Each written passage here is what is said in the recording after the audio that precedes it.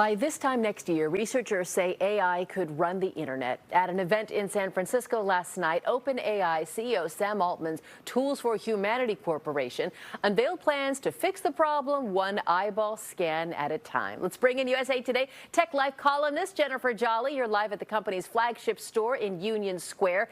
I see it next to you. This looks like something my optometrist would use, Jen. Well, hopefully it's something your optometrist will use, your bank will use, every store you walk into will use. That's the dream behind this Bay Area Meet the Orb. It is a bold new attempt to verify that you're not a bot just by looking you in the eye. It scans your face, but most notably your iris, which is more unique even than your fingerprint. It verifies that you're a living, breathing, real human being, and then it sends you a world ID to an app on your phone. Why do you need this? Think of it like your digital passport to the internet, an internet that is very quickly being totally overrun by AI and bots. So is this, the key to this, Jen, is that it's able to verify humanity, but it doesn't capture any personal information. So many people are so afraid of giving that up. Yeah, exactly. So it's kind of reverse engineered for safety and security first. So the company says that basically that image that it just scanned and took, it instantly gets deleted. Your World ID lives only on that app on your phone. And what's left behind on your phone, in that app on your phone, is like a digital barcode for your eyeball that's encrypted, like super encrypted, split into pieces, and then scattered across a decentralized network. I like to think of it kind of like a glitter bomb.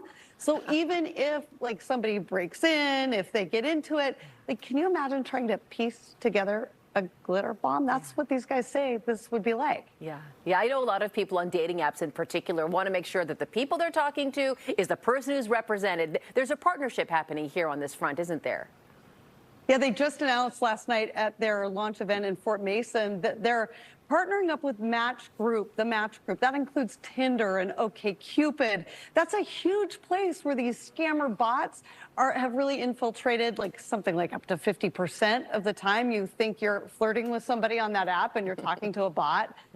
They also announced a big partnership with Razer, the big gaming company. So you can walk in, scan your iris, at a Razer partner store. That's launching soon. They also talked about a partnership with Visa to come out with a debit card. So the idea here, when I look at this, I think, okay, if I trust it, which after spending a week going through all this back-end tech, I totally do.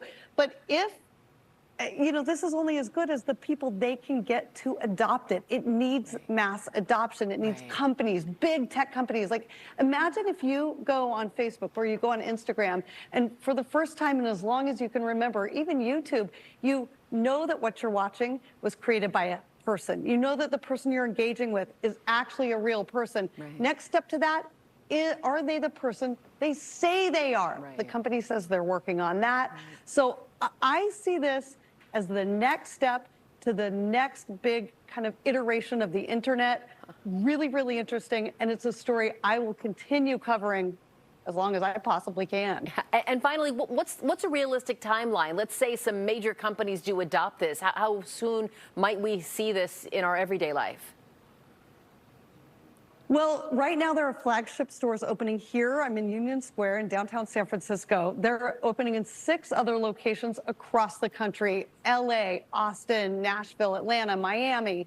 The company says they'll be rolling out kind of soon this year. I think they said something like 160,000 people by the end of this year will have access to the Orb. Could be 180,000. Somebody here knows that. But it's a lot of people in America by the end of the year. I don't know how long this mass adoption will take. It has to be something the companies want to do. Do they want you to stop getting duped by bots? We need to demand that.